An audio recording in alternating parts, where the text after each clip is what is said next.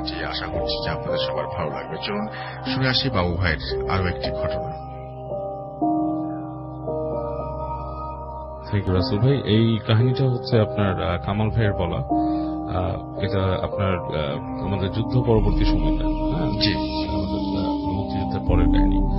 তো ওনারা ওই সময় আর কি দুই ভাই পড়াশোনা করতে ঢাকাতে আসেন আর কি, ঢাকা ইউনিভার্সিটিতে এলাকায় আসেন। তো থাকার জন্য ওনারা হলে থাকার একটা ব্যবস্থা হয়। তারপরে ওনার বাবা চাচ্ছিলেন না যে ওনারা হলে থাকেন, ওরা যাতে অন্য কোথাও থাকার একটা ব্যবস্থা ওনাদের করে দেওয়ার জন্য ওনার বাবা চেষ্টা করেছিলেন। তো ওনার বাবার বন্ধুর বাসা ছিল হচ্ছে বকশীবাজার এলাকায়।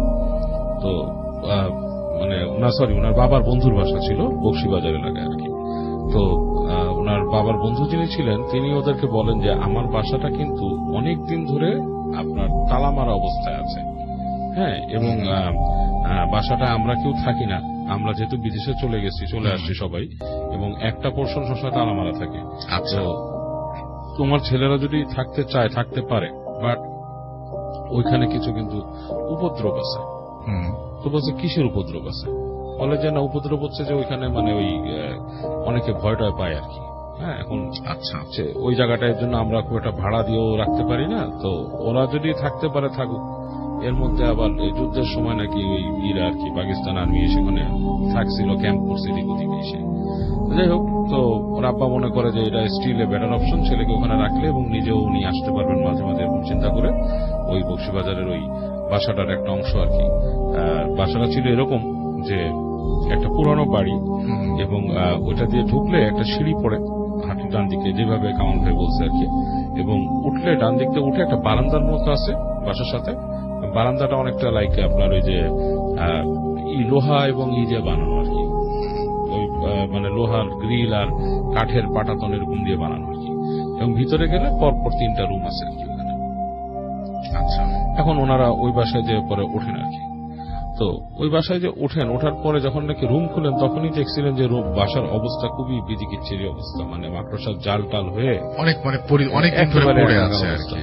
যাই হোক, ওনারা দুই ভাই এবং আশপাশ থেকে একটা বুয়া টাইপের এনে বাসাটাকে পরিষ্কার করে ওনারা দুইজন ওখানে উঠেন আর কি। তো ওনার ছোট ভাই যে ছিলেন, কামাল ভাইয়ের ছোট ভাই তমাল, উনি ওনার থেকে বেশ খানিকটা ছোট, উনি ইউনিভার্সিটিতে পড়ে না, কলেজে পড়ার কথা এরকম বয়স আর কি। তো যাই হোক, ওনারা যখন ওঠেন পরিষ্কার পরিচ্ছন্ন করে ওই বাসাটায়, তো প্রথম দিন থেকেই কিছু একটা সমস্যা ওনারা ফিল করতে থাকেন, যেটা হচ্ছে যে রাত্রেবেলা হলেই মনে হয় রাত্রে 9টা-10টার পর থেকেই কেউ একজন ঘুম করে কাটতেছে বাসার পিছন থেকে। তো ওনারা মনে করে যে এগুলো ডেন্সড এরিয়া, পিছনে কোনো বাড়ির বুড়ি কাটতেছে, এরকম একটা উনি ফিল করে আর কি, মনে করে যেরকম। এরকম 2-1 দিন যাওয়ার পরে একদিন ওনারা শুয়ে থাকার পরে ওই কামাল ভাই শুয়ে আছে আর কি, উনি দেখতেছে যে ওনাদের যে রুমটা, ওই পাশের যে কর্নারের রুমটা, রাত্রেবেলা অন্ধকার, তখন একদম অন্ধকার হয়ে গেছে, শুধু রাস্তার মধ্যে কিছু আর কি আপনার রিক্সার বেল টেল এরকম শোনা যায় আর কি। তো দেখতেছে হঠাৎ করে যে ঠিক ওই পায়ের কাছ দিয়ে আর কি, উনি যে শুয়ে আছেন খাটের কাছে, পায়ের কাছ দিয়ে কেউ একজন আসতেছে, এবং মনে হচ্ছে যে কুজা, একটা মানুষের বয়সের ভারে যেরকম নুয়ে যায় সেরকম একটা কুজো মানুষ আসতেছে, এবং উঠলে যখন উনি একটু একটা করে পা ফেলতেছে তখন পিঠটা উঁচু হয়ে যাচ্ছে, আবার যখন নাকি পাটা ফেলেছে তখন নিচু হয়ে যাচ্ছে। তো উনি পায়ের কাছ থেকে ধরফড় করেই প্রায় উঠে বসছে বিছানার মধ্যে। উঠে তাকায় দেখতেছে যে একটা বুড়া মানুষের মতো অবয়ব, পুজো এরকম করে আসতেছে, আস্তে আস্তে এই রুম থেকে ওই রুমে চলে গেল। এখন ওই রুমে যেই দেখতেছে উনি, কান্নার শব্দটা শুরু হয়েছে ঠিক ওনার পাশের রুম থেকে, হু হু করে কান্না শুরু করে। আচ্ছা, হ্যাঁ, একটা বুড়া মানুষের যেরকম নাকি কান্না, এই টাইপের। তো ওনার সব গায়ের রুম দাঁড়ায় গেছে, এবং ওনার পাশের রুমটাতে কিন্তু ওনার ভাই থাকতো, যে ওনার ছোট ভাই যে তমাল। তো উনি অনেকক্ষণ কিছুক্ষণ শুনছে, আস্তে করে বিছানা থেকে নামছে, নেমে পাশের রুমে গেছে, যে দেখছে কেউ নাই, কিন্তু বুঝতেছে যে ওনার ভাইটা আছে, এবং সে যে জাগা, এই ফিলিংসটা উনি পাচ্ছে যে ওনার ভাই জেগে আছে।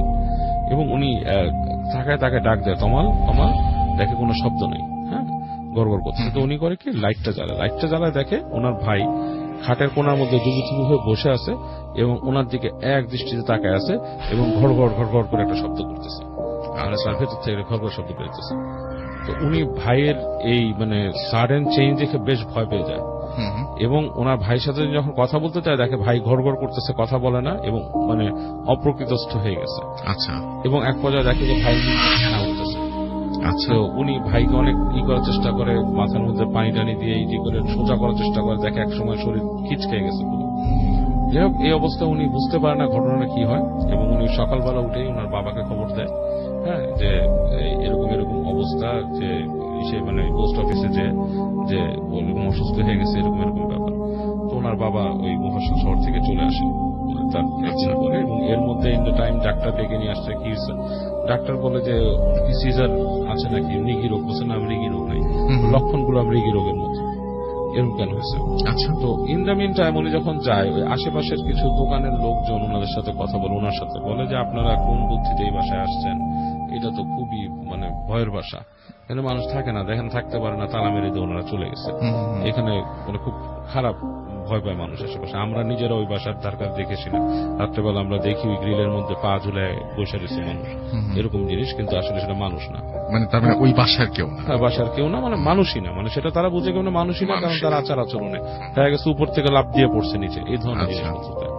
এনিওয়েজ, তো উনি তারপরে শুনে মানে এই করবো না, বাবা আসা পর্যন্ত ওয়েট করে। তো ওনার বাবা যখন আসে, আসার পরে ওনার বাবা দেখে বলে যে ছেলে তো মনে হয় অন্য কিছু বেশি, এটা কি না। তো ছেলেকে ঘুম পাড়ায় রেখে ওনার বাবা বসে থাকেন। তো এক পর্যায়ে ওনার বাবা রাত্রেবেলা বলে যে আমি ওর সাথে শুচ্ছি, এসে তুমি শো। তো ওই কামাল ভাই ওনার রুমে শো, ওনার বাবা ওনার ভাইকে নিয়ে এসে, অসুস্থ ভাই, এবং সে কিন্তু এখনো ফুল সেন্সে একবারও আসেনি। আচ্ছা, ঠিক আছে, লাইক ঘুমাচ্ছেই সে, এরকম একটা অবস্থা।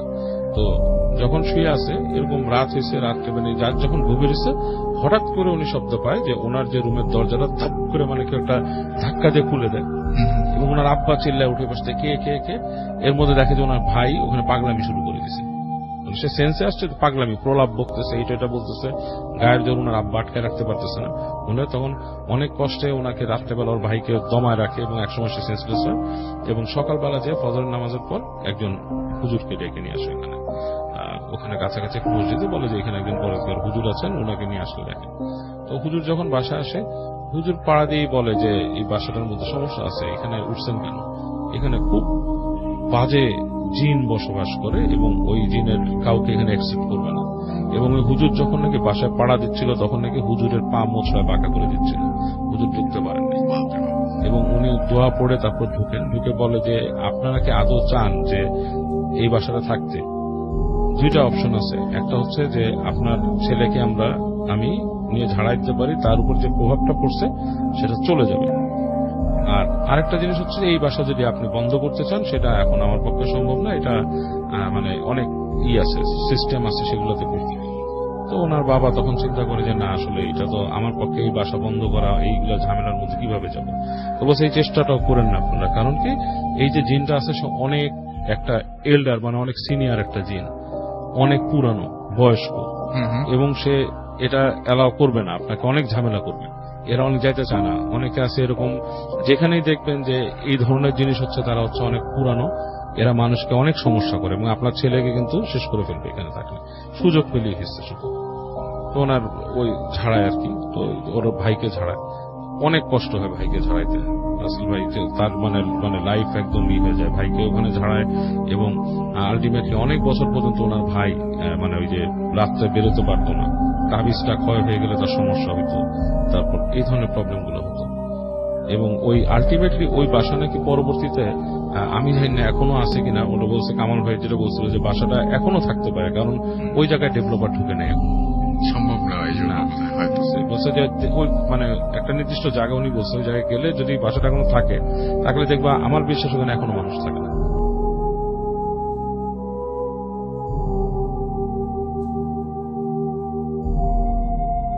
বেশ পুরনো গাছ, ওই গাছটা দিয়ে শুরু করি। গাছটা অনেক পুরনো রাসেল ভাই, অনেক পুরনো একটা গাছ, এবং ওই গাছের পাশে যে অ্যাপার্টমেন্টটা আছে, সেখানকার মানুষ কিছু মানে উদ্ভট জিনিসপত্র দেখতো, হ্যাঁ, মনে হতো গাছের উপর কেউ বসে আছে রাত্রেবেলা, হ্যাঁ, এবং গভীর রাত হলে জায়গাটা কেমন একটা অন্যরকম একটা পরিবেশ ওখানে তৈরি হতো।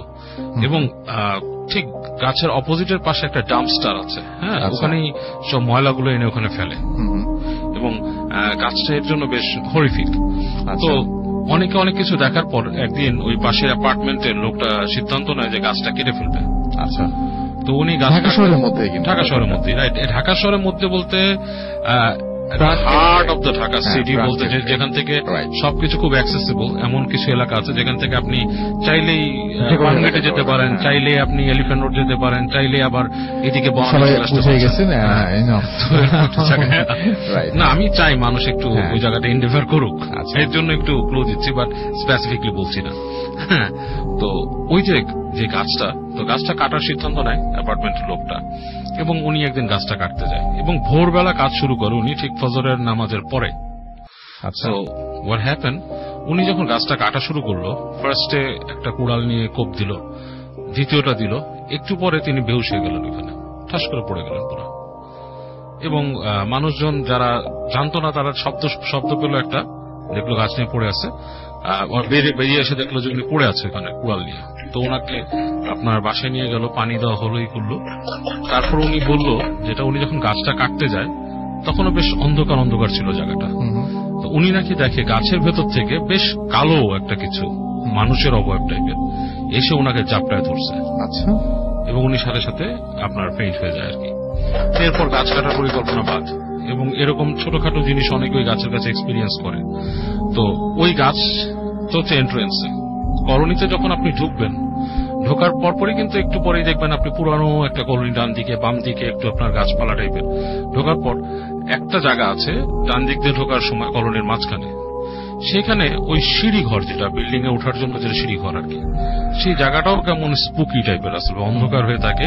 এবং ওর ভেতরে যে লাইট পোস্ট গুলো সেগুলো কিন্তু এখনো নিয়নের আলো জ্বলে, লাইক টিউব লাইট, আগের আমলে যেরকম জ্বলত সেরকম টিউব লাইট। গাছপালা আছে প্রচুর, জঙ্গল, মানে একটা জঙ্গলের মতো অবস্থা ভেতরে, যেটা বলছি আমি আলাদা একটা ইকোসিস্টেমের মতো। তো ওইখানে অনেকেই নাকি দেখছে মাঝখানে আর কি, যে একটা মানুষ লাইক গায়ের মধ্যে কম্বল দিয়ে বসে থাকলে যে সেভাবে গভীর রাতে বসে থাকে, এরকম একজন লোক আপনার রাতের বেলা সে উঠতেছিল সিঁড়ি দিয়ে, এবং সে হঠাৎ করে দেখে এরকম কম্বলের মতো একটা মানুষের মতো বসা। সে ঘুরে যখন তাকায় তার দিকে, তারপর কিন্তু সে বেহুশ হয়ে যায়। এবং এরপর থেকে ওই লোকটা কিন্তু বেশ আপনার পজেস টাইপের, প্রায় তার এরকম দাঁতে দাঁত লেগে যায় এবং বিভিন্ন কিছু দেখে, এবং সে একটু অ্যাবনর্মাল হয়ে গেছে। আর ওই যে গাছ কাটতে গেছিল রাসেল ভাই যে অ্যাপার্টমেন্টটায়, ওইটাই ওই অ্যাপার্টমেন্টে যারা থাকতো তাদের মধ্যে একটা ছেলে কিন্তু পরে আত্মহত্যা করে, তাদের একজন ছেলে, and without knowing any reason. ঠিক আছে। আর ওই অ্যাপার্টমেন্টের আরো কিছু কাহিনী, যেমন ওই অ্যাপার্টমেন্টের একদম কলোনি যে শেষের দিকে অ্যাপার্টমেন্টে, ওটাতে একটু এক্সটেনশন আছে মানুষের, ধরেন আলাদা নিচতলায় বাড়ি করা, ওখানে টিনের চাল দেওয়া। তো ওই বাসায় যে থাকে আর কি, তার মুখ থেকে শোনা, আমার একজন ফ্রেন্ড বলছে যে ওদের বাড়িতে আপনার রাতের বেলা হঠাৎ করে মনে হয় যে ছাদের উপরে খুব ভারী কোনো মানুষ ধুমধাম শব্দ করে হেঁটে যাচ্ছে টিনের চালের উপর দিয়ে। তো ওরা একবার, ও আর ওরা আব্বা একদিন বের হয়েছে রাত্রেবেলা এরকম শব্দে, রাত্রে ধরেন 1টা 12টার দিকে, মনে হচ্ছে ধুমধাম শব্দ হচ্ছে, বের হয়ে যখন তাকায় দেখছে উপরে, তাকে কেউ নাই।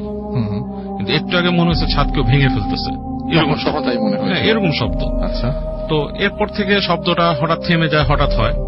তো বেশ কিছুদিন আগে, মানে খুব রিসেন্ট টাইমের একটা কাহিনী, যে এরকম ছাদের উপরে মনে হচ্ছে যে কেউ ভেঙে ফেলতেছে, মানে খুব ভারী, ধরেন একজন মানুষ যদি বেশ, ধরেন তার ওজন যদি 200-300 কেজি হয়, লাইক একজন রেসলারের মতো একজন মানুষ ওখান থেকে দৌড়াচ্ছে, প্রচন্ড শব্দ, এবং মনে হচ্ছে যে টিনের চালটা কেউ টান দিয়ে ছিঁড়ে ফেলতেছে মাঝখান থেকে। আচ্ছা, এরকম শব্দ। এবং গভীর রাতে, রাত তখন বাজে 3টা। আচ্ছা। তো তখন আমার ওই ফ্রেন্ড ঘুম থেকে উঠে যায়, উঠে এগুলো শব্দ শুনে ও বেরোতে চায়, তোর বাবা বেরোতে দেয় না তাকে, বলে যে তুই বের হইস না, হ্যাঁ এখানে অন্য কিছু আছে, সমস্যা আছে, তুই বেরোতে দেয় না। তো এর আগের দিনের কাহিনী, এরকম শব্দ তাদের বাসায় এর আগের দিনও হয়েছিল। কেন বেরোতে দিল না ওই আঙ্কেল, কেন না করলো? কারণ এই শব্দ যখন এরকম হয়েছে এর আগের দিন, তখন পর ওই যে উনি বের হয়নি, উনি জিজ্ঞেস করছিল, ওনাদের সামনেই আরেকটা অ্যাপার্টমেন্টে একটা ছেলে থাকে, তাকে জিজ্ঞেস করছিল যে বাবা এখানে রাত্রে শব্দ হয়েছে, তোমার বাসা তো সামনেই, তুমি কিছু দেখছো? বলে জি আঙ্কেল, আমি শব্দ দেখছি, শব্দ শুনছি। শব্দ শোনার পর আমি আমার জানলা দিয়ে তাকাইছি, তো তাকায় আমি আমার দেখলাম যে আবছা আবছা আলোতে কিছু ছোট ছেলে পেলে, তাদের বয়স হবে 10, 11, 12 এরকম, হ্যাঁ, তারা এবং প্রত্যেকের সাথে একটা করে কুকুর আচ্ছা আপনাদের ছাদের উপরে দৌড়াদৌড়ি করতেছে।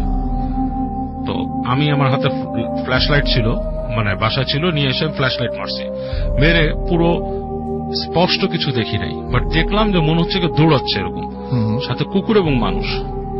এবং আমি তখন কি করছি, মনে করছি ঘটনাটা কি, রাত বাজে 3টা, এরকম সময় এরকম তো দৌড়ানোর কথা না, রাইট। তখন সে কি করছে, তার অ্যাপার্টমেন্ট থেকে বের হয়েছে, নিচে আসছে, নিচে এসে যখন লাইট মারছে কিচ্ছু নাই, পুরো জায়গাটা ফাঁকা। এবং ওই জায়গাটা রাসেল ভাই আসলে হন্টেড। আমি নিজে ওখানে কিছু ভাইব পেয়েছি, যেমন আমি ওখানে গেলে দেখি যে অনেক সময় দেখি একটা কালো বিড়াল থাকে, মাঝে মাঝে আসে, এসে তাকিয়ে থাকে, এবং অনেক সময় দেখা যায় ওর দিকে তাকাইলেও নাই। তো এরকম আরো কিছু ওই জায়গাটায় ঘটে। জায়গাটা বেশ হন্টেড একটা মানে এরিয়া, অনেক আগে তৈরি, এবং আমার মনে হয় মোটামুটি বেশ অনেকটা ইতিহাস ওখানে বহন করতেছে জায়গাটা। রাইট। তো এই ছিল বাবু ভাইয়ের এখনকার মতো ঘটনা। আমরা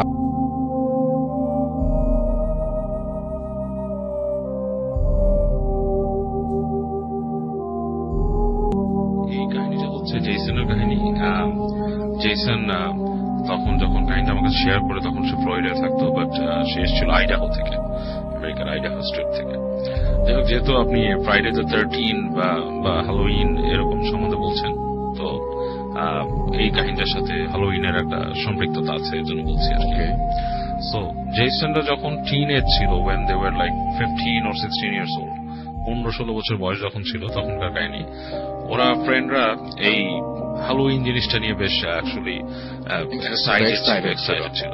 আমেরিকাতে এখন এক্সাইটেড হয়, ইভেন আমি যখন ছিলাম তখন সব জায়গাতে এক্সাইটমেন্টটা কাজ করে, বাট অ্যাকচুয়ালি ওখানকার এক্সাইটমেন্ট এখানকার এক্সাইটমেন্টের থেকে কিছুটা ডিফারেন্ট রাসেল ভাই, বিকজ আমরা এখানে যেটা করি, আমরা কিন্তু জাস্ট ফান করি, ঠিক আছে? মানে আমাদের হ্যালোউইনে এখন অনেক পার্টি হচ্ছে, মানুষ কস্টিউম পরছে, সাজছে এন্ড স্টাফ লাইক দ্যাট।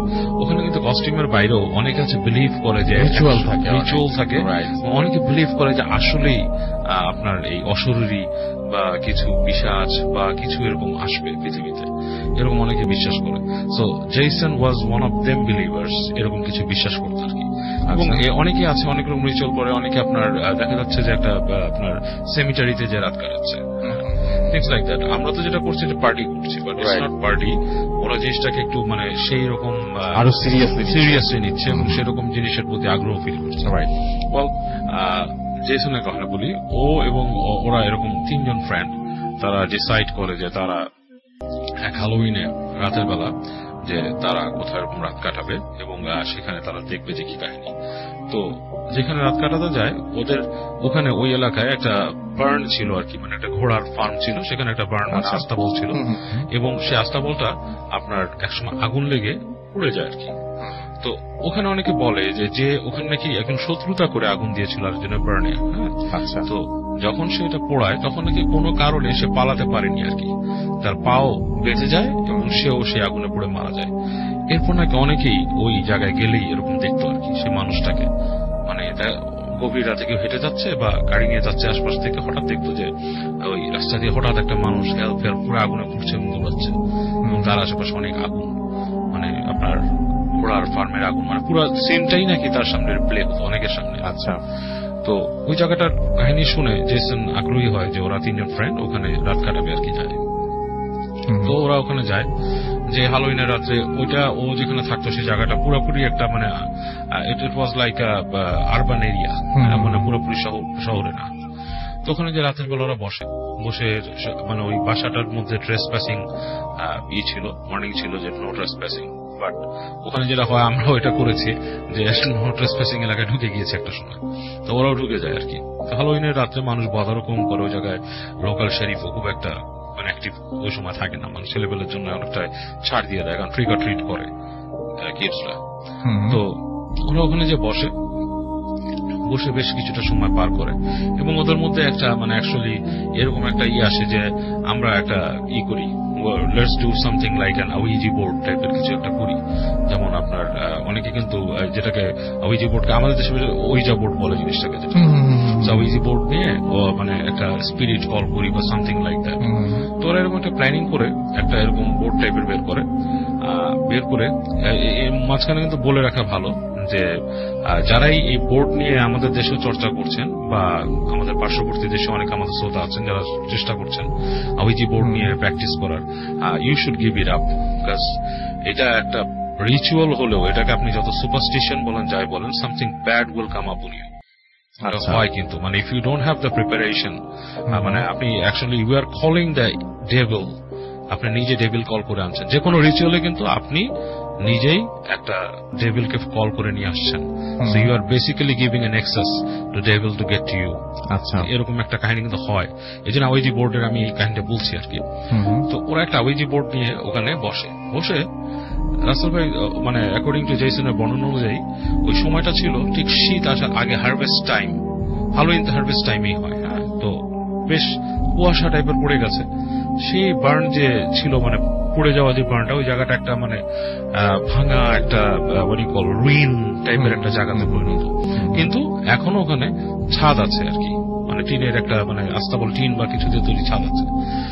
ওরা তিনজন ওখানে যে বসে আপনার একটা ছোট খড়কুটা দিয়ে আগুনের মতো জ্বালায় ওখানে কাঠটার দিয়ে, মানে বেশ এই করার জন্য। এবং ওরা এক পর্যায়ে মানে রাত যখন গভীর হয়ে যায় মধ্যরাতের পরে তারা ওই রিচুয়াল শুরু করে, প্রম্পট করা শুরু করে যে আপনার ওই আত্মাকে ডাকার জন্য। সো আমি নামটা ভুলে গেছি, কিছু একটা নাম ছিল ওই ভদ্রলোকে যে পড়ে গিয়েছিল। ওরা ওই নাম ধরে ওদের মতো রিচুয়াল পারফর্ম করতে থাকে। তো অনেকক্ষণ হয়, কোন রকমের রেসপন্স নাই, কিছু নাই, কিছু আসে না। তো ওরা বলে যে ম্যান দিস ইজ ক্র্যাপ, কিছুই হচ্ছে না, এটা আসলে এটা কিছু না, বসা। তো ওরা যখন জিনিসটা ছেড়ে দেয়, মানে ওদের যখন ধৈর্য ছেড়ে দেয়, তখন দেখা যাচ্ছে প্রচন্ড দমকা বাতাস আসে, কয়েকটা দমকা বাতাস, এবং ওদের যে আগুনটা বেসিক্যালি নিভে যায়। আগুনটা নিভে যাওয়ার পরে ওরা দেখে যে ওই যে ওরা আগুন জ্বালাইছিল ওইটা জাস্ট একটু মানে আপনার জ্বলছে, বাতাস লেগে লেগে জ্বলে উঠছে, তখন একটু দেখা যাচ্ছে। এই সময় ওরা মানে পায় যে ওদের ওখান থেকে একটা ঘোড়ার খুরের আওয়াজ, মানে ঘোড়া যেরকম পা ট্যাপ করতে থাকে মাটিতে নিঃশ্বাস ছাড়ে, হ্যাঁ, মানে এই ধরনের একটা শব্দ পায়। তাকায় দেখে যে দূরে একটা চোখ জ্বলছে, মানে এক জোড়া চোখ, এবং মানে ঘর ঘর ঘর ঘর শব্দ আসছে ঘোড়ার মতো। আচ্ছা, এবং ওরা খুবই ভয় পায়, মানে যে কি ব্যাপারটা কি, একটা ঘোড়া তো এখানে আসার কথাই না, কারণ আশেপাশেও কোনো বার্ন নাই। এবং কিছুক্ষণের মধ্যেই ওরা দেখে ঠিক যেখানে চোখ দেখছিল সেখানে না, তাদের সামনে উঠানের মধ্যে একটা টকবকে ঘোড়া টাইপের বেশ ভালো আকৃতির একটা বার্ডওয়াইজার হর্স, বোঝা যাচ্ছে ছায়াতে, ওখানে চলে আসছে এবং বারবার নিঃশ্বাস ফেলছে। এবং আশ্চর্যের ব্যাপার, ঘোড়াটার চোখ চলছে। আচ্ছা, এবং মানে মানে খুবই একটা ভয়ানক জিনিস। এবং তারপরে দেখে ঘোড়াটা দৌড় দিয়ে সামনে চলে গেল ওই যে দরজার কাছে, মানে ওই ওখানে ঢোকার যে পথটা সেখানে চলে গেল। এবং সেখান থেকে কিছুক্ষণ পরে একটা মানুষের খুব পেঁচানো গলায় ডাক টাইপের আর কি, মানুষ খুব কষ্টের গলায় ডাকতে থাকে মানে এসে, এবং এই পর্যায়ে বলতেছে যে আমাকে সাহায্য করো না, এখান থেকে চলে যাও, এরকম করে বলতেছে। ওরা তিনজন বয়স কম ছিল, তাদের সাহস ছিল না, তারা পড়িমড়ি করে দৌড়ে ওখান থেকে বের হয়ে যায় এবং বের হয়ে ছুটতে থাকে যতক্ষণ পর্যন্ত ওরা ওই ঘোড়ার শব্দকে, অনেকক্ষণ পর্যন্ত ঘোড়ার শব্দতে পেছনে আসে। এবং তারপরে জেসন আমাকে যেটা বলে পরে যে অ্যাকচুয়ালি আই ডোন্ট নো জিনিসটা কি, বাট আমার বিশ্বাস যে এটা not because of just Halloween এরকম কিছু হয়েছে, বাট আমরা we have done something very wrong. Okay, obviously.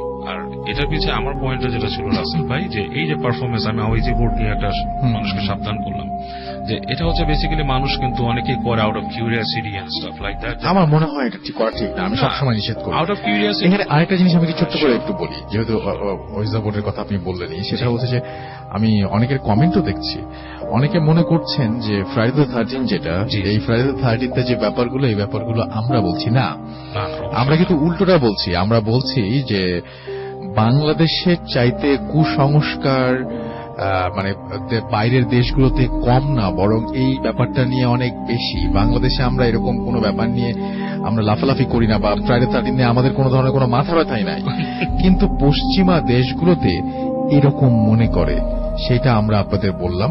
বাংলাদেশে কেউ এরকম মনে করেন বা আমরা কেউ মনে করেন এরকম কিন্তু বলিনি। জিনিসটা অনেকে পাবেন না, অনেকে আবার ভুল বুঝতে পারছেন, এই জন্য আমি বললাম আর কি, যে অনেকে মনে করছেন যেটা আমরা মনে করি না, এটা আমরা মনে করি না। বাংলাদেশে এই ধরনের কোনো সমস্যা নাই আমাদের বাংলাদেশের বা আমাদের বাঙালি সমাজে কুসংস্কারের মাত্রা কিন্তু অ্যাকচুয়ালি অনেক কম, আমার কাছে তাই মনে হয়, অনেক কম। এই যে মানে এবং অনেকেই যে সমস্ত বলছেন যে সমস্ত যে তথ্যগুলো এখানে দেয়া হয়েছে, সেই তথ্যগুলো ওনারা বিশ্বাস করেন। এটা সত্য না ভুল, না মিথ্যা না ভুল, এটা আমি আপনি বলতে পারি, বাট ওনারা এটা বিশ্বাস করেন। খুব অদ্ভুত ব্যাপার কিন্তু। হ্যাঁ, এবং কত মানুষ সেটা মানে কোনো কারণ ছাড়াই বিশ্বাস করছেন, সেটাই আমাদের খুব অবাক করে যে কেন এরকম একটা ভয় অ্যাকচুয়ালি ছোট কাল থেকে ঢুকিয়ে দেওয়া ওদের মধ্যে। এটা আসলে কালচারের একটা পার্ট, আমার মনে হয় কালচারের একটা পার্ট। যেমন আমাদের দেশে কিছু কুসংস্কার আছে, যেমন রাতের বেলা দোকানে যে চুন কিনতে চাইলে আপনি চুন দেবে না, সুই দেবে না, কালো সুতা দেবে না, এগুলো কিন্তু দেবে না আপনাকে। এবং আপনারা সব মানে এই যে ক্লিপটা আমরা প্লে করলাম, সেই ক্লিপে ঠিক আপনারা ফ্লিপ সাইড অর্থাৎ উল্টোটাও দেখেছেন, যে উল্টো যে সমস্ত বিশ্বাসগুলো আছে সেগুলোও দেখেছেন। বরং অনেক জায়গায় দেখা গেছে যে এই দিনে অ্যাক্সিডেন্ট কম হয়, বাসায় আগুন লাগা কম হয়, কারণ মানুষজন মানে অশুভ মনে করে, অথচ অশুভ ব্যাপারগুলোই ঘটেই না, এরকম ব্যাপারই বেশি হয়, তারপরে মানুষ বিশ্বাস করে। এবং যারা কুসংস্কারাচ্ছন্ন মানুষ বা যারা কুসংস্কার বিশ্বাস করেন, তাদের কোনোভাবে থামানো সম্ভব না, অবশ্যই সেটাই। তো যাই হোক, এখন ব্যাপারটা হচ্ছে যে আপনি যেটা বলছেন যে ওয়েজাবোর্ডের আসলে বাবু ভাই, এটা আমার মনে হয় যে উচিত না, অবশ্যই ম্যাজিক একটা ব্যাপার বলে, ম্যাজিকে একটা জিনিস নিয়ে আসাটা যতটা সহজ, সেই জিনিসটাকে আবার ফেরত পাঠানো বা ফিরিয়ে নিয়ে আসাটা খুব কঠিন।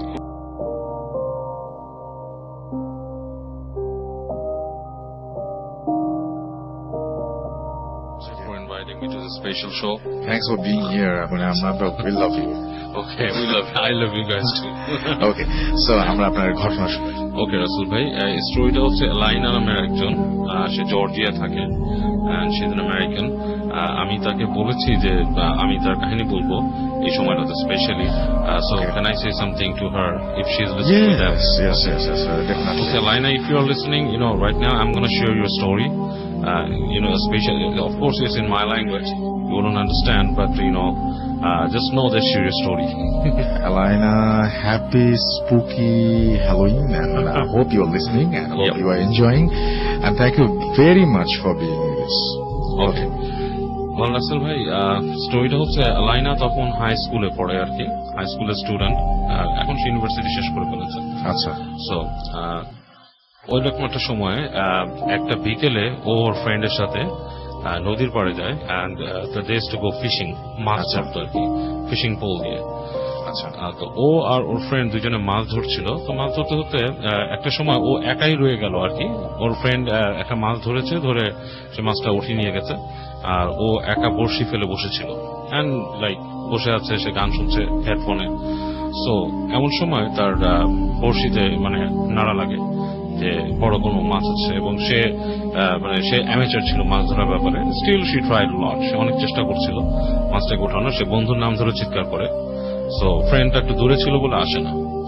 এক সময় যেটা হয়, ফিশিং পোল টান দিতে দিতে তার এত জোরে টান দেয় যে ইটস লাইক মানে ফিশিং পোল কিন্তু ফ্লেক্সিবল হয়, হ্যাঁ, কিন্তু সেই ফ্লেক্সিবল জিনিসটাও ঠিক এমন ভাবে টান দেয় যে লাইক তার হাত থেকে ছিটকে নিয়ে চলে গেল পানির নিচে।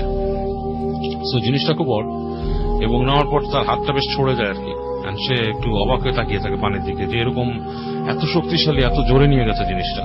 এবং ঠিক এই সময় আপনার ওই পানির নিচ থেকে সে বেশ বড় কতগুলা বাবল দেখতে পায় উঠে আসে, মানে লাইক বিগ বাবল, হ্যাঁ, মানে বড় পানির কিছু বুদবুদ, যেটা হ্যাঁ বড় বুদবুদ উঠে লাইক 2-3 ফিট দূরে। তো সে একটু ভয় পায় যে এটা কি কোনো এলিগেটর বা সামথিং কিনা। তো সে একটু সরে আসে সামনের থেকে। তো সরে আসার পরে দেখে যে মানে কিছুক্ষণ ওখানে একটু ওয়ারিড থাকে, এবং একটু বন্ধুর কাছে হেঁটে যায়, বলে যে এরকম হয়েছে। তো বন্ধু বলে যে হতে পারে কোনো বড় ট্রাউট বা কোনো মাছ হয়তো তোমার এটা ধরেছিল, এবং এই কারণেই হয়তো জিনিসটা এইভাবে ছড়ে গেছে হাত থেকে। তো যাক, কাহিনীটা এইভাবে মানে ওখানে ওই জিনিসটা ওখানে শেষ হয়ে যায়। এরপরে 3 থেকে 4 দিন পরে একদিন ওর বাসায় ওর ফ্যামিলির যারা ছিল সবাই মেম্বার বাসার বাইরে যায়। ইটস লাইক মানে একটা মোটামুটি ভালো ডিস্টেন্সে, like 60 to 70 miles away from the home তারা যায় ওখানে বেড়াতে। বাসার মধ্যে ও একলাই থাকে। ওর বাসার পেছনে একটা লেক আছে এবং লেকের পাশে বেশ বড় একটা লন, হ্যাঁ বেশ বড় একটা লন। তো আমি জাস্ট বাসার বর্ণনা দিয়ে রাখছি এই কারণে যে বুঝতে সুবিধা হবে মানুষের। তো লেকের পাশে লন এবং লনের পর থেকে তার বাসাটা, এবং লন থেকে তাদের বাসার হচ্ছে ডুপ্লেক্স, নিচ দিয়েও ঢোকা যায়, আবার ওপরেও সিঁড়ি আছে ওঠার, পেছন দিয়েও। আচ্ছা, তো লিভিং রুমে বসে আছে, টিভি দেখছে তখন সে। তো এই সময় তার দরজার মধ্যে নক হয়, টকটক করে। তার অ্যাপার্টমেন্টের, মানে অ্যাপার্টমেন্ট না, ওই বাসার দরজা নক হয়।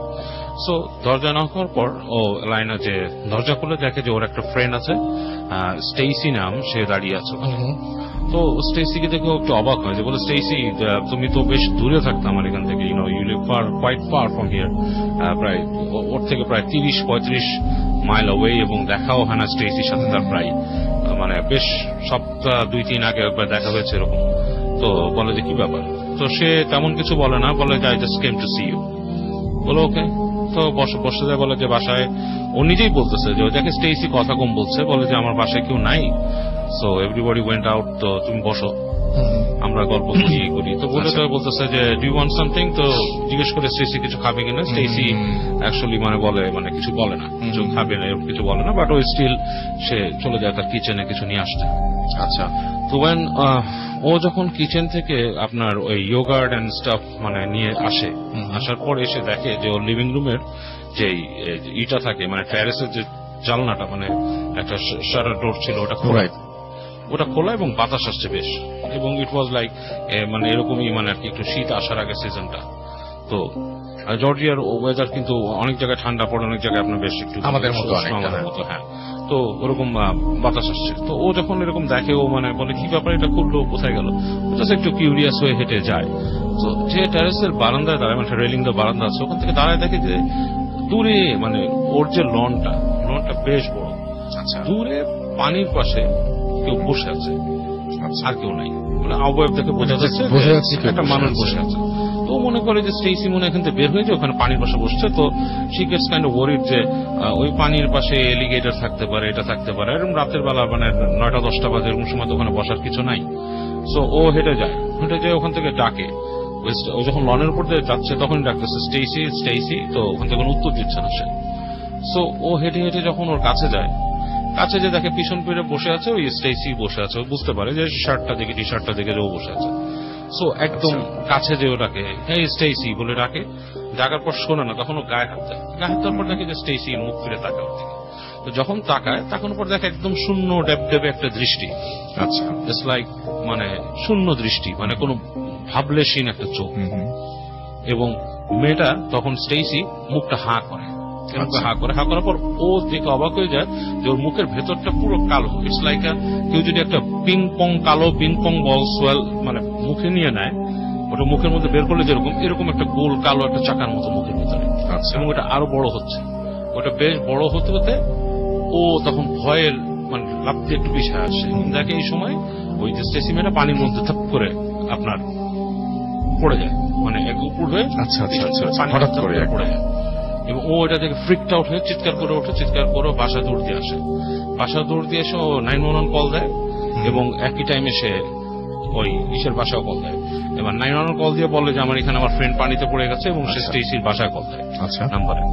তো ওইখানে বাসায় যে ফোন ধরছে না, এর মধ্যে ওখানে পুলিশ আসে, প্যারামেডিক্স আসে, বলে হোয়াট হ্যাপেন, বলে যে আমার বান্ধবী এরকম পানিতে পড়ে গেছে। তো বান্ধবীর নাম কি? অমুক। তো পুলিশ তো আসলে কথাও শোনে এবং কাইন্ড অফ সাসপিশিয়াসও হয়, তারা জিনিসটাতে কেন ফ্রেন্ড পড়ে গেল, অনেক কিছু আছে।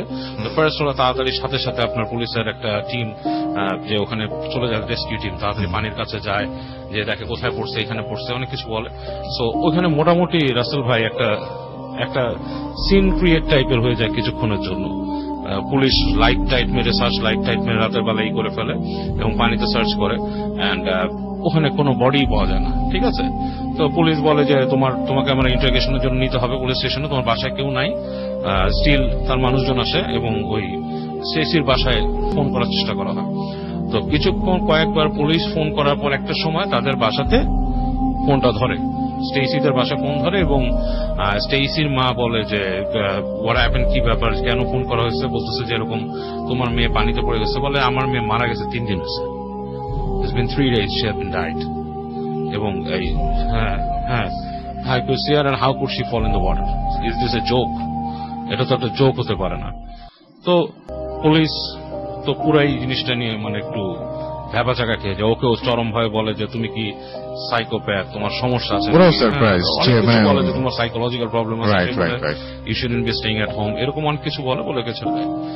তো মেন্টালি কিছুদিন আপসেট থাকে, কয়েকদিন বাসায় এরকম থাকে। তো যেটা হয় ও স্কুলে যায়। তারপরে স্কুলে যাওয়ার পর একদিন ঠিক ক্লাস শেষ হওয়ার আগে, এই কিছুদিন পরেই আর কি, কয়েকদিন পরে, তো ক্লাস যখন শেষ হয় এবং স্কুল আওয়ার শেষ, লাস্ট ক্লাস ছিল, তো এই সময় সে আপনার হেঁটে হেঁটে বাথরুমে যায় আর কি। বাথরুমে যায়, বেশ বড় হলওয়েওয়ালা বাথরুম, তার পাশে লকার্স গুলো আছে, এবং বাথরুমে যায় সে আপনার বাথরুমে বসে থাকে এই সময় আর কি। এই সময়টা সে হঠাৎ করে ফাইন্ড আউট করে যে পুরো কোয়াইট হয়ে গেছে চারিপাশ, মানে কোনো শব্দ নাই, এবং আপনার পুরো হলওয়েটা দিয়ে একটা শব্দ আসছে, থপ থপ থপ থপ করে একটা শব্দ। ইটস লাইক ভারী কোন লাইক রাবার প্যাড অথবা মাংসের প্যাড যদি পানিতে ভিজায় ফেলানো হয়, থপ থপ থপ থপ করে আসতেছে, এবং ওর গায়ের লোম দাঁড়ায় যেতে থাকে। এবং একটা সময় দেখে যে ঠিক পায়ের শব্দটা ও যে চেম্বারটার মধ্যে আছে তার থেকে ধরেন 2 থেকে 3 ফিট দূরে থপ থপ শব্দটা থামছে, এবং থামার পরে ওর নাম ধরে ডাক দেয়, এলাইনা। এবং একটা মেয়ে কণ্ঠের ডাক, ভারী টাইপের মেয়ে কণ্ঠের ডাক, এবং সে বুঝতে পারে কণ্ঠটা স্টেইসি। এবং ও সেখানে তার গায়ের লোম মানে দাঁড়ায় যায়, সে গুজবাম্প হয়, লাফ দিয়ে উঠে দাঁড়ায়, ওর আগের চোখে ফ্রিকড আউট হয়ে এবং মানে প্যানিক হয়ে চিৎকার করে গো ওয়ে। তো যখন চিৎকার করে তখন সে দেখে যে একটা শব্দ হয়, মানে ঠাস ঠাস করে গ্লাস যেগুলো আছে প্রত্যেকটা মনে হলো যে কেউ যদি কোনো ঢিলটাকে ছেঁচড়ায় মেরে ভাঙে, এইভাবে প্রত্যেকটা গ্লাস ভেঙে যায়, এবং শেষের যে ক্যাবিনেটটা ওটা মধ্যে ত্রিম করে শব্দ হয়। আচ্ছা। এবং সব পুরা কোনো শব্দ নাই। যাই হোক, সে ফাইনাল ওখান থেকে বেরোতে পারে, এবং বেরোতে পেরে সে যে দেখে যে গ্লাস আসলে সব ভেঙে পড়ে আছে, ইটস নট পসিবল যে একটানে এতগুলো গ্লাসকে কেউ ভেঙে দিয়ে যাবে, ইটস নট পসিবল। এবং ওই যে আপনার স্টিলের যে কাভার, সেই কাভারটাও মানে মনে হচ্ছে যে কেউ জোরে কিছু মেরে ওটাকে বাড়িয়ে ফেলেছে, ওটাকে মানে না আপনার অনেকটা যে আপনার ট্যাপ হয়ে গেছে, টেন্ট হয়ে গেছে। তো এবং ও তারপর হেঁটে বেরোতে যায়, যে দেখে যে মেন দরজা আটকে আছে এবং that has been locked from the outside. তখন সে ওখান থেকে কি করবে, আবার ক্রিটিক্যাল হচ্ছে, she has to call the cups. হ্যাঁ, লাকিলি ওই সময় অলরেডি মানে মোবাইল ফোন তো আবিষ্কার হয়ে গেছে। পুলিশ এসে তাকে এই সাইকোলজিক্যাল ট্রিটমেন্টের কথাই বলে আবার। এবং তারপরে সে বাসায় প্রায় পুলিশ অলরেডি মানে অলওয়েজ দে থট যে মানে she had some mental problem, কারণ পুলিশের বইতে কিন্তু প্যারানরমাল বলে কোনো কথা নাই। দ্যাটস ওয়াই পুলিশের বইটা নাই, আই থিঙ্ক আমাদের দেশেও নাই। বাট বাইরের আপনারা যে এই ইনভেস্টিগেটিভ ওরা জিনিসটা যেটা নাকি একটু সুপার ন্যাচারাল পায়, সেটা কিন্তু স্টিল ইনভেস্টিগেট করে। এই কারণেই কিন্তু আপনার ওই যে একটা আমরা টিভি সিরিজ দেখতাম এক্স ফাইল, যেটা ছিল পুলিশ এবং ডক্টরের কাছে এই যে এই প্যারানরমাল ব্যাপার, এগুলো হচ্ছে আপনার আসলে সাইকোলজিক্যাল, বাট তাদের একটা কিন্তু সিক্রেট উইং আছে বাইরে, যেটা ওরা কারো কাছে ফ্ল্যাশ করে না, বাট দে ডু ইনভেস্টিগেট। আমাদের পুলিশ ভাই যারা শুনছেন, প্লিজ এরকম কিছু আমাদের শেয়ার করে। সিক্রেট উইং অবশ্যই আছে, এবং এটা শুধু নিচের লেভেল না, একদম টপ লেভেল পর্যন্ত একটা সিক্রেট একটা উইং আছে, যেটা নাকি যারা এইসব নিয়ে ইনভেস্টিগেট করে, কাজ they actually admits the something different than human being exists. So anyway, এলাইনার ব্যাপারটা একদমই মানে নর্মাল জিনিস, যেহেতু তারা এটাকে নিয়ে খুব মাথা কামায় নেই, তাকে সাইকোলজিক্যাল পেশেন্টই মনে করছে এবং তাকে বাসায় পাঠিয়ে দেওয়া হয়। এবং সে এলাইনা খুব সমস্যায় পড়ে, এবং রাতের বেলা যে সমস্যাগুলো হতো, সে দেখতো যে তার যে রেস্টরুম আছে, সেই রেস্টরুমে প্রায় কেউ গুনগুন করে গান গাচ্ছে, এবং মানে তার ফ্ল্যাশ করে দিচ্ছে, ফ্ল্যাশের শব্দ হচ্ছে, এবং তাকে ডাকতেছে রেস্টরুমের ভেতর থেকে। রাতের বেলা ধরেন শুয়ে আছে, হঠাৎ করে সে শুনতেছে ওখান থেকে ডাকতেছে এলাইনা, এবং এমন করে ডাকতেছে মানে ইটস লাইক ফ্রেন্ডলি কল, কিন্তু ফ্রেন্ডলি কলটাই খুব ভয়াবহ। ফ্রেন্ডলি কলটাই খুব ভয়াবহ রাসেল ভাই, খুব ঠান্ডা গলায়। এবং এটা সে চেঞ্জ করার জন্য সে মনে করছিল এটা তার বাসা। She went to her aunts house অন্য জায়গায়, এবং সে ফ্লোরিডাতেও মুভ করছিল। But how did she get rid out of it? হ্যাঁ, এটাই বলছি। এন্ড দেন হোয়াট হ্যাপেন যে এরকম করতে করতে তাকে তার বাবা মা একসময় চিন্তা করে যে তার বাবা মা তাকে বুঝে যে she knows lots of rational explanation, তার অনেক রেশনাল এক্সপ্লেনেশন আছে সবকিছু সম্পর্কে। বাবা মা বুঝে যে তার মেয়ে আসলে সাইকোলজিক্যালি ডিসঅর্ডার না, এবং সাইকিয়াট্রিস্টের কাছে নেওয়ার পর সাইকিয়াট্রিস্ট বলে ভালো হচ্ছে না কোনোভাবে। সাইকিয়াট্রিস্ট বলে যে I don't think anything wrong with her. This is the main common scenario, যে যখনই কোনো ধরনের এই ধরনের কোনো মেডিকেশন বা কোনো ধরনের অ্যাডভাইস নিতে যাওয়া হয়, মানে মোস্ট অফ দ্য কেসেস যা হয় আর কি, আমি তাই বলছি, মানুষের কাছে শুনে বলছি, প্রথমে বলা হয় যে সাইকোলজিক্যাল প্রবলেম পরে একজন সাইকিয়াট্রিস্টকে দেখানোর পরে বলে যে না, everything is normal. So what's the problem? প্রবলেমটা তো অবশ্যই অবশ্যই প্যারানর্মাল। কারণ পৃথিবীতে তো আমাদের এত সবাই কিন্তু বেশিরভাগ মানুষই কিন্তু থিস্ট, এইথিস্ট কিন্তু আসলে কম।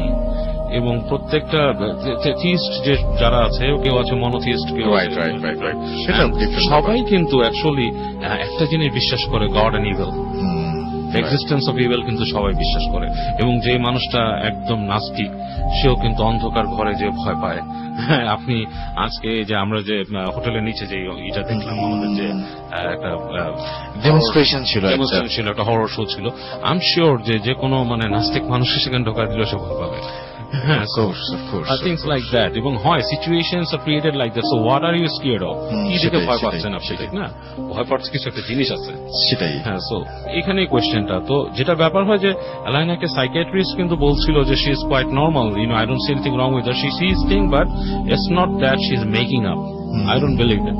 So এই জিনিসটাতে অনেক বেশি তার বাবা মা অনেক স্ট্রেংথ পায় যে সাইকোলজিস্টরা তাকে বলছে যে তার সাইকিয়াট্রিস্টরা বলছে যে তার বাচ্চা ঠিক আছে। So what happen, finally they took her to England. হ্যাঁ, ইংল্যান্ডে নিয়ে যায়। ইংল্যান্ডে চার্চের একটা বিষয়ের মাধ্যমে তাকে প্রিস্টের কাছে ওখানে নিয়ে যে তার একটা এক্সোরসিজম করতে চায় তারা। তো চার্চের যে প্রিস্ট তাকে দেখে কিছুক্ষণ পরে তাকে ওখানকারই একটা মুসলিম সেন্টার আছে সেখানে পাঠায় বলে যে ওখানে উনি চিনে, কারণ এক্সোরসিজমটা নাকি ওখানে লিগাল না করা। তো বলে আপনি ওনার কাছে যান and he will help you with the solution. এবং ফাইনালি ওই যে যিনি যার কাছে যান, যে এক্সপার্টের কাছে যান, তিনি বলে যে এটা হচ্ছে একটা জিন্নাত, জিন বা ডিমন যাই বলেন। অ্যাকচুয়ালি সে ঘন্টাও বলে দেয় কখন থেকে তাকে এটা অ্যাট্রাক্ট করে। সে যখন নদীর পাড়ে গিয়েছিল, that's when the problem started. খুব বাজে কোনো জিন যেগুলো আর কি পানির কাছে থাকে সেরকম তাকে ধরেছিল, এবং সেটা ইমিটেট করা শুরু করে তার ফ্রেন্ডকে। হ্যাঁ, সামথিং টু ডু, এগুলো অনেক ব্যাপার যে we know that genes live for thousands. They know a lot of things. They know the stories. They know who's around with you. আমরা এত সময় পর্যন্ত বাঁচতে আমাদের যদি আমরা বাঁচতাম, আমাদের কি ধরনের এক্সপেরিয়েন্স হতো আসলে, আমরা তখন সবই জানতাম, কতগুলো জামানা দেখতাম আমরা। আমাদের যারা মুরব্বী আছে, যারা বড় আছে, তারা বলে না আমরা কত জেনারেশন, হ্যাঁ আমরা কত জেনারেশন আছে, ছোটকালে আমরা চারানা দিয়ে এটা খাইছি, 1 পয়সা দিয়ে এটা পাইছি। So things like that, they have seen lot of, এবং তারা স্টোরিও জানে, আরেকজনের কাহিনীও জানে। সো উনি বলেন যে ওর সাথে এরকম একটা জিন আসছে, এরকম কাহিনী। সো উনি তাকে কিছু রেমেডি দেন, এবং ওই রেমেডি ফলো করার পর এলাইনা এখন কিছুটা ভালো অবস্থায় আছে। এন্ড স্টিল তাকে বলা হচ্ছে যে অনেক জায়গায় না যেতে, অনেক কিছু না করতে, বিকজ তার সাথে যে এন্টিটিটা আসছে সেটা পাওয়ারফুল একটা এন্টিটি। আচ্ছা, এটাই ছিল কাহিনী। থ্যাংক ইউ সো মাচ বাবু ভাই, আপনার ঘটনার জন্য আপনাকে অনেক অনেক অনেক অনেক ধন্যবাদ। আমরা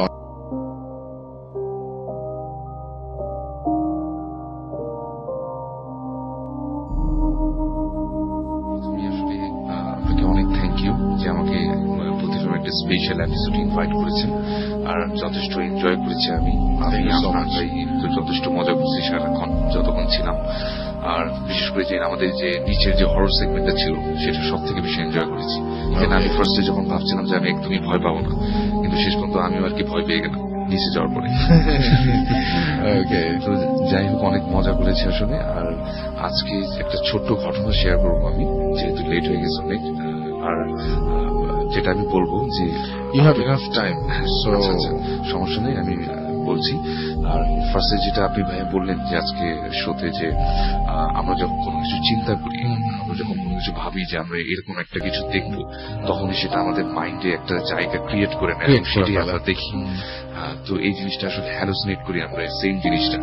আর বাবু ভাই যে ঘটনাটা বললেন যে ওই যে লাইনার যে ঘটনাটা, সেই ঘটনাটা কিন্তু অনেকটা এইরকমই। তো আমি যে ঘটনাটা এখন বলবো সেটা আমাকে একজন মেইল করেছিল কিছুদিন আগে, এবং উনি মূলত আমাকে বিষয়টা নিয়ে কিছু কোশ্চেন জিজ্ঞাসা করেছিল। যদিও আমি বিষয়গুলোতে অনেক এক্সপার্ট না, তো আমি সেক্ষেত্রে তাকে তেমন কোনো সলিউশন দিতে পারিনি। এবং উনি আমাকে একটা রিকোয়েস্ট করেছিল যে ভূত এফএম যাতে আমি ঘটনাটা শেয়ার করি, এবং ঘটনাটা শেয়ার করার পরে যদি কোনো সলিউশন তাকে দেওয়া যায় বা কোনো হেল্প করা যায় সেক্ষেত্রে। তো যাই হোক, আমি ঘটনাটা শেয়ার করি। ঘটনা হচ্ছে এইরকম, ওর নাম হচ্ছে অনিক, আমাকে যে ঘটনাটা শেয়ার করে। আর ওদের বাসা হচ্ছে আমাদের ঢাকার যে ক্যান্টনমেন্ট এলাকায় একটা জায়গায় ওর বাসা। এবং ওরা ফার্স্ট প্রায় 6 মাস আগে নতুন একটা ফ্ল্যাট কিনে সেখানে, এবং ফ্ল্যাট কেনার পরে তারা ওখানে স্থায়ীভাবে বসবাস শুরু করে। এবং ওর জবের পারপাসে ওকে যেটা হতো যে ঢাকার বাইরে ম্যাক্সিমাম টাইম থাকতে হতো। তো যখন তারা ফ্ল্যাটটাকে নতুন এস্টাবলিশ করে সেখানে উঠে সবাই, তো তখন যেটা হয় যে প্রায় প্রথম কয়েক মাস সে সেখানে থাকেনি, ঢাকার বাইরে ছিল। কিন্তু যখন সেখানে উঠে, ঠিক সেই ওঠার 3 দিনের মাথায় ওর যে রুমটা ছিল সেটা ছিল 8th ফ্লোরে, এবং ওদের ফ্ল্যাটটা ছিল 8th ফ্লোরে, মানে 9 তলায়। তো সেই 9 তলাটাই ছিল লাস্ট ফ্লোর এবং পড়েছিল ছাদ। এবং ওর যে রুমটার পাশে যে ব্যালকনি, এবং সেই ব্যালকনির বাইরে একটা গ্রিলের মতো একটা দেয়া আছে, গ্রিলটার বাইরে নতুন কনস্ট্রাকশন বিল্ডিং। তো সেই জায়গাটাতে একটা লোক, একটা রং মিস্ত্রি কাজ করতে যেয়ে সেখান থেকে ডাইরেক্ট নিচে পড়ে যায়, এবং সাথে সাথে সে মারা যায়। এবং এই ঘটনাটা যখন ঘটে, তো সেদিন সে বাসায় ছিল না, বাট যখন সে বাসায় আসে তখন এই ঘটনাটা সে শুনতে পায়। এবং সে আমাকে বলে যে ভাই, আমি এই ঘটনাটা শোনার পর থেকে আমার মনের ভিতরে খুব কষ্ট কাজ করতে থাকে, এবং আমি ওই লোকটাকে না দেখলেও আমার কাছে বারবার মনে হতে থাকে যে ওই লোকটা আমার সামনে এসে দাঁড়িয়ে আছে।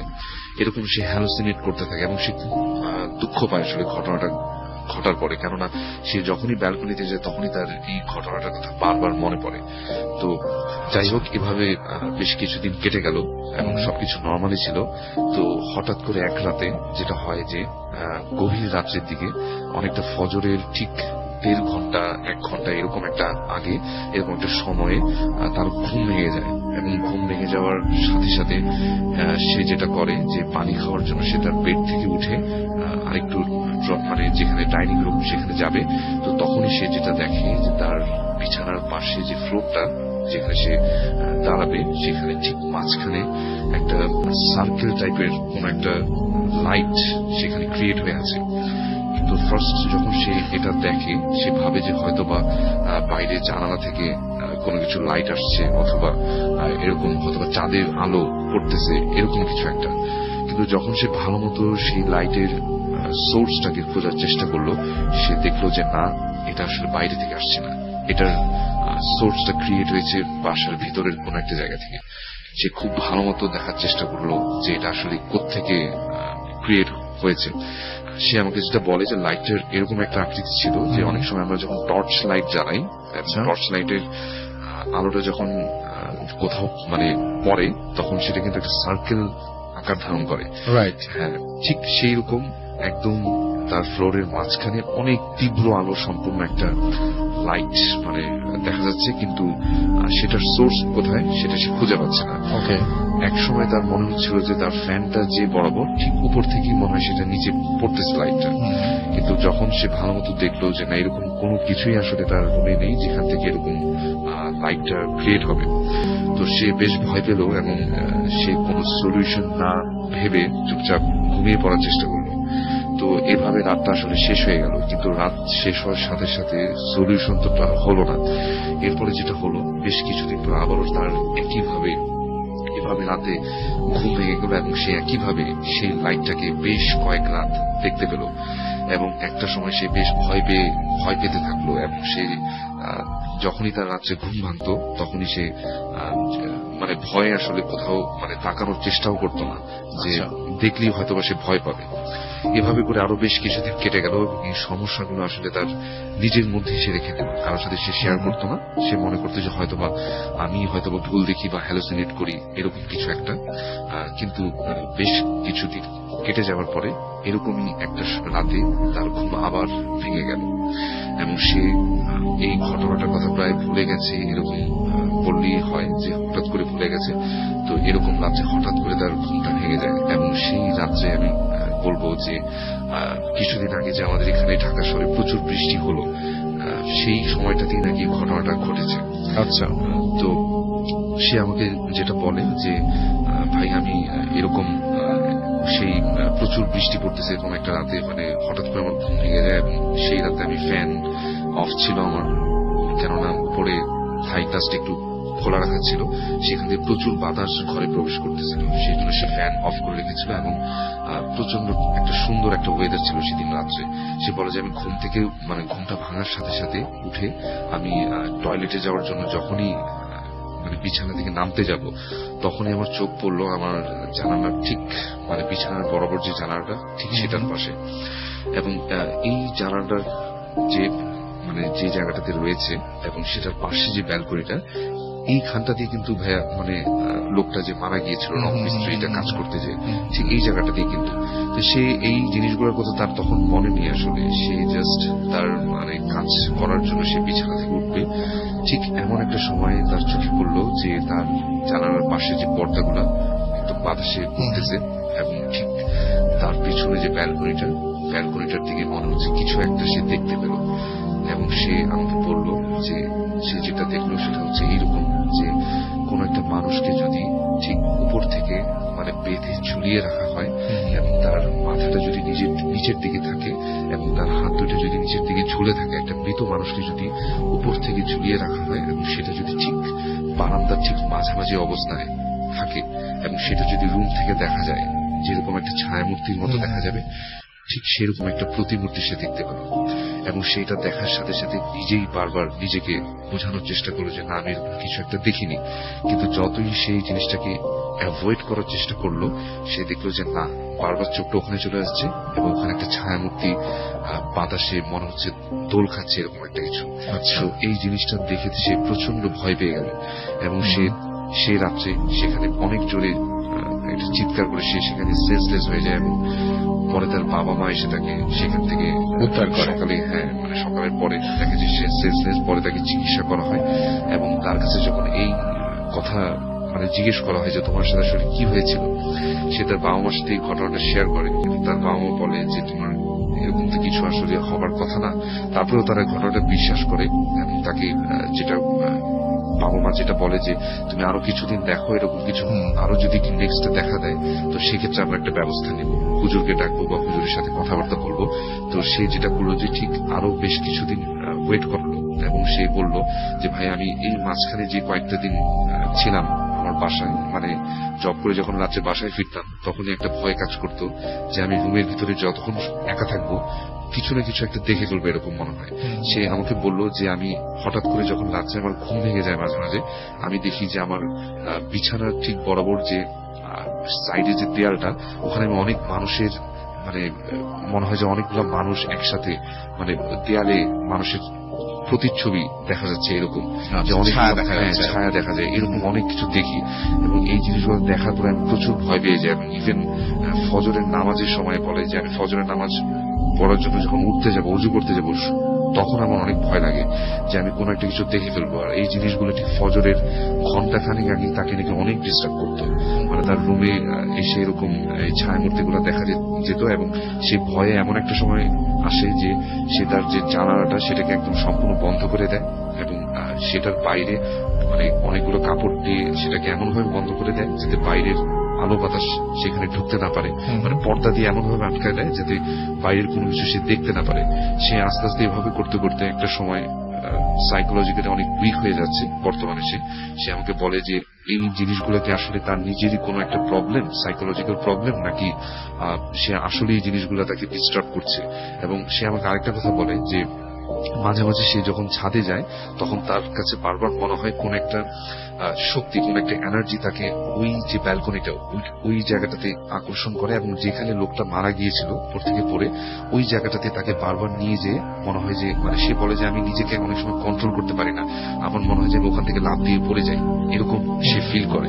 সে এরপর থেকে তার বাবা মা তাকে যেটা করে যে তার সাথে সবসময় যখন সে রাত্রে বাসায় ফিরে ঘুমায়, তার ছোট ভাই তার সাথে ঘুমায়। এবং রাসেল ভাই সে আমাকে জাস্ট এই কোশ্চেনটা করেছে যে এটা আসলে তার কি ধরনের প্রবলেম এবং এটার সলিউশনটা কি হবে।